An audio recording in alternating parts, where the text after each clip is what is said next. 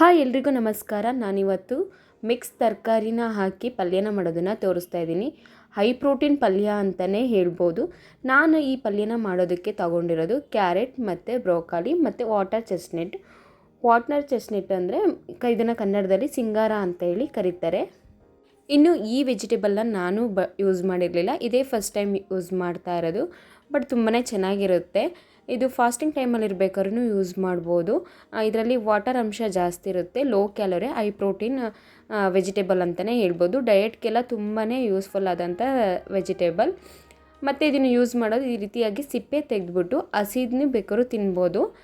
ಯಾವುದೇ ರೀತಿಯಾದ ಸ್ವೀಟ್ ಆಗಲಿ ಆ ಥರ ಇರೋಲ್ಲ, ಬಟ್ ಕಡಲೆಕಾಯಿ ತಿನ್ನೋ ಥರ ಇರುತ್ತೆ. ಮತ್ತು ಬೇಯಿಸ್ಬಿಟ್ಟು ತಿನ್ಬೋದು, ಇಲ್ಲ ಈ ಥರ ಪಲ್ಯಕ್ಕೆ ಹಾಕ್ಕೊಂಡು ಯೂಸ್ ಮಾಡ್ಕೋಬೋದು. ಇನ್ನು ಬ್ರೋಕೊಲಿ ಎಲ್ಲರಿಗೂ ಗೊತ್ತಿರೋದೆ. ಬಟ್ ಇದನ್ನು ಯೂಸ್ ಮಾಡಬೇಕಾದ್ರೆ ನಾವು ಆದಷ್ಟು ಸ್ವಲ್ಪ ಬಿಸಿ ನೀರೊಳಗಡೆ ಹಾಕಿ ಒಂದು 5 ಮಿನಿಟ್ಸ್ ಬಿಟ್ಬಿಟ್ಟು ನಾವು ಯೂಸ್ ಮಾಡಿಕೊಂಡ್ರೆ ಒಳ್ಳೆಯದು.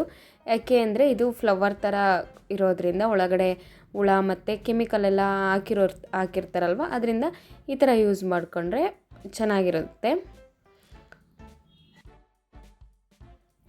ಇನ್ನು ಕ್ಯಾರೆಟು ಎಲ್ಲರ ಮಲ್ಲೂ ಯೂಸ್ ಮಾಡೋ ಅಂಥ ತರಕಾರಿನೇ, ಪ್ರತಿಯೊಬ್ಬರಿಗೂ ಗೊತ್ತಿರೋ ಅಂಥ ತರಕಾರಿನೇ ಅಂತಲೇ ಹೇಳ್ಬೋದು. ನಾವು ಯಾವುದೇ ಪಲ್ಯ ಮಾಡಿದ್ರೂ ಅದರಲ್ಲಿ ಕ್ಯಾರೆಟ್ ಇದ್ರೇ ಆ ಪಲ್ಯಕ್ಕೆ ಏನೋ ಒಂದು ರೀತಿ ಚೆಂದ ಇರುತ್ತೆ. ಇನ್ನು ವಾಟರ್ ಚೆಸ್ಟ್ನಟ್ನ ನಾನು ಈ ರೀತಿಯಾಗಿ ಚಿಕ್ಕದಾಗಿ ಕಟ್ ಮಾಡ್ಕೋತಾ ಇದ್ದೀನಿ. ಇದನ್ನು ಬೇಯಿಸಿ ತಿನ್ಬೋದು, ಕಡಲೆ ಬೀಜದ ಥರ ಇರುತ್ತೆ. ನನಗೆ ಸಾಲಡ್ಗಳಲ್ಲಿ ಕೋಸಂಬರಿ ಇದಕ್ಕೆಲ್ಲ ಯೂಸ್ ಮಾಡ್ಕೊಂಡ್ರೆ ತುಂಬಾ ಚೆನ್ನಾಗಿರುತ್ತೆ. ನಾನು ಮಾಡಿದ್ದೆ, ತುಂಬಾ ಚೆನ್ನಾಗಿತ್ತು. ಆ್ಯಂಡ್ ಪಲ್ಯ ಮಾಡೋದಾದರೆ ಸಿಂಪಲ್ಲಾಗಿ ಒಗ್ಗರಣೆ ಹಾಕ್ಕೊಂಡು ನಾನಿಲ್ಲಿ ಕೊಬ್ಬರಿ ಎಣ್ಣೆನ ಯೂಸ್ ಮಾಡ್ತಿದ್ದೀನಿ. ಅದಕ್ಕೆ ಸಾಸಿವೆ ಜೀರಿಗೆ ಹಾಕ್ಕೊಂಡು ಈರುಳ್ಳಿ ಹಾಕ್ಕೊಂಡು ಚೆನ್ನಾಗಿ ಫ್ರೈ ಮಾಡಿಕೊಂಡು ನಂತರ ತರಕಾರಿನ ಹಾಕ್ಕೋಬೇಕು. ನಾವಿಲ್ಲಿ ಬೇಕಾದ್ರೆ ಬಟಾಣಿ ಕಾಳನ್ನಾರು ಯೂಸ್ ಮಾಡ್ಕೋಬೋದು. ನಾನಿಲ್ಲಿ ಬಟಾಣಿ ಕಾಳು ಯೂಸ್ ಮಾಡ್ತಿಲ್ಲ, ಬರೀ ತರಕಾರಿ ಮಾತ್ರ ಯೂಸ್ ಮಾಡ್ತಾಯಿದ್ದೀನಿ.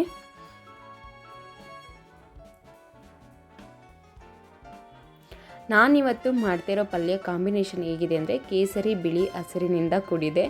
ನಾನು ಇದು ಕಟ್ ಮಾಡಿಡಿದಾಗ ನೋಡಿ ಏನೋ ಒಂಥರ ತುಂಬಾ ಕಲರ್ಫುಲ್ಲಾಗಿ ಚೆನ್ನಾಗಿ ಕಾಣಿಸ್ತಾ ಇತ್ತು. ಇಲ್ಲಿ ನೀವು ಬೇರೆ ತರಕಾರಿಗಳನ್ನೂ ಯೂಸ್ ಮಾಡ್ಬೋದು. ನಾನು ತುಂಬ ತರಕಾರಿ ಹಾಕೋದು ಬೇಡ ಅಂತ ಹೇಳ್ಬಿಟ್ಟು ಬರೀ 3 ತರಕಾರಿಯಿಂದ ಮಾತ್ರ ಮಾಡ್ತಾಯಿದ್ದೀನಿ. ಇನ್ನು ಈ ತರಕಾರಿನ ಚೆನ್ನಾಗಿ ಫ್ರೈ ಮಾಡಿಕೊಂಡು ಅದಕ್ಕೆ ಸ್ವಲ್ಪ ಸಾಲ್ಟ್ನ ಹಾಕ್ಕೊಂಡು ಫ್ರೈ ಮಾಡ್ಕೋಬೇಕು. ಈ ತರಕಾರಿದು ಹಸಿ ಸ್ಮೆಲ್ ಹೋಗೋವರೆಗೂ ಚೆನ್ನಾಗಿ ಫ್ರೈ ಮಾಡಿಕೊಂಡ್ರೆ ಆಯಿತು.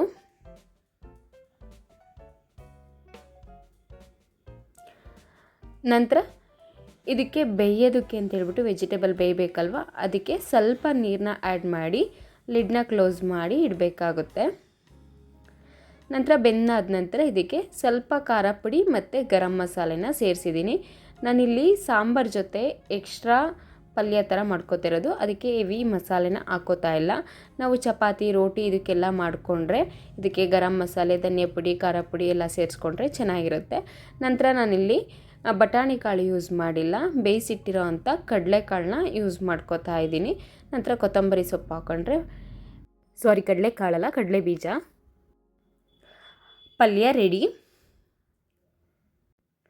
ತುಂಬಾ ಹೆಲ್ತಿ ಆ್ಯಂಡ್ ಟೇಸ್ಟಿಯಾಗಿರೋ ಪಲ್ಯ ಅಂತಲೇ ಹೇಳ್ಬೋದು. ನೀವು ಟ್ರೈ ಮಾಡಿ ಹೇಗಿತ್ತು ಅನ್ನೋದನ್ನು ಕಮೆಂಟ್ ಮಾಡಿ. ಹಾಗೆ ನನ್ನ ಚಾನಲ್ನ ಸಬ್ಸ್ಕ್ರೈಬ್ ಮಾಡದೆ ನೋಡ್ತಾ ಇರೋರು ಚಾನಲ್ನ ಸಬ್ಸ್ಕ್ರೈಬ್ ಮಾಡ್ಕೊಳ್ಳಿ. Thank you for the watching.